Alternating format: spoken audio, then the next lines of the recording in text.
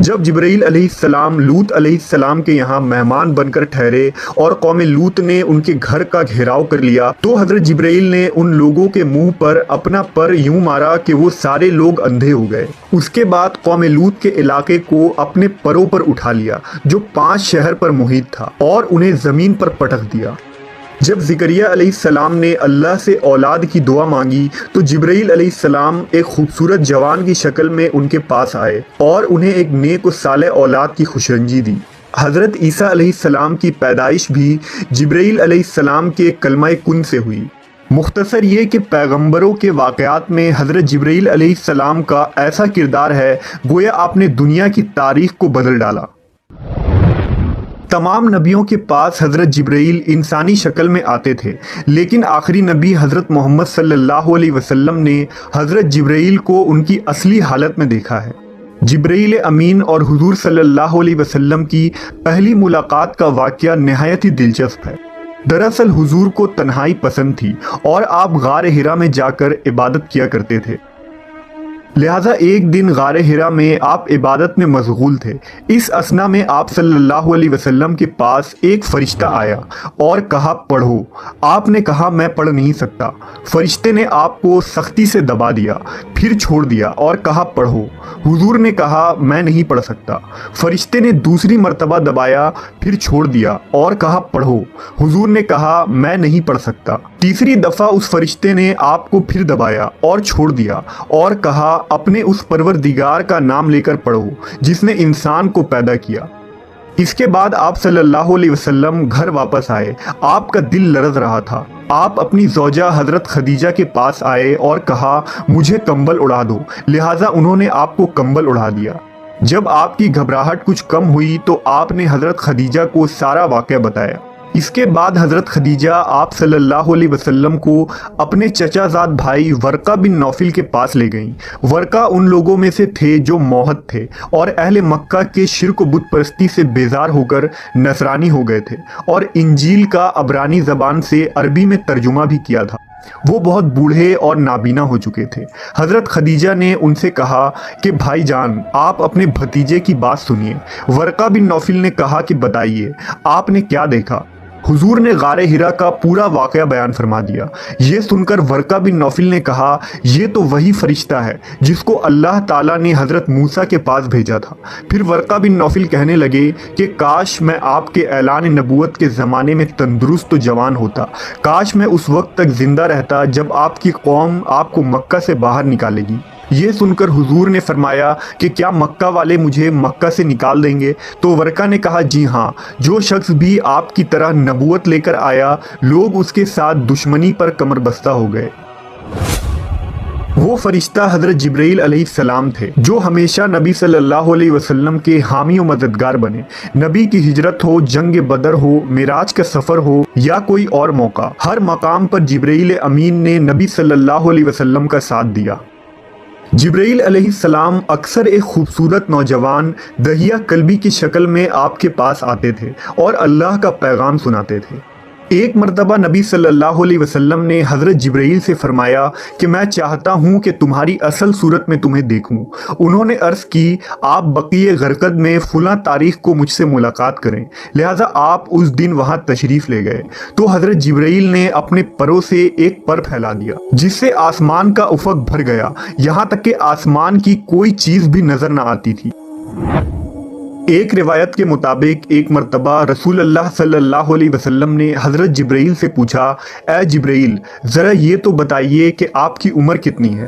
حضرت جبرائیل نے آپ کو جواب دیا یا رسول اللہ مجھے اپنی عمر کا صحیح علم تو نہیں ہے، لیکن اتنا یاد ہے کہ ساری کائنات کے پیدا ہونے سے پہلے اللہ کے حجابات میں سے چوتھے پردے میں ایک ستارہ چمکا کرتا تھا اور وہ ستارہ 70,000 سال کے بعد ایک مرتبہ چمکتا تھا، اور میں نے اپنی زندگی میں وہ ستارہ 72,000 مرتبہ دیکھا ہے۔ اس پر حضور صلی اللہ علیہ وسلم نے جبرائیل سے کہا اے جبرائیل مجھے اپنے رب کی عزت کی قسم وہ ستارہ میں ہی ہوں۔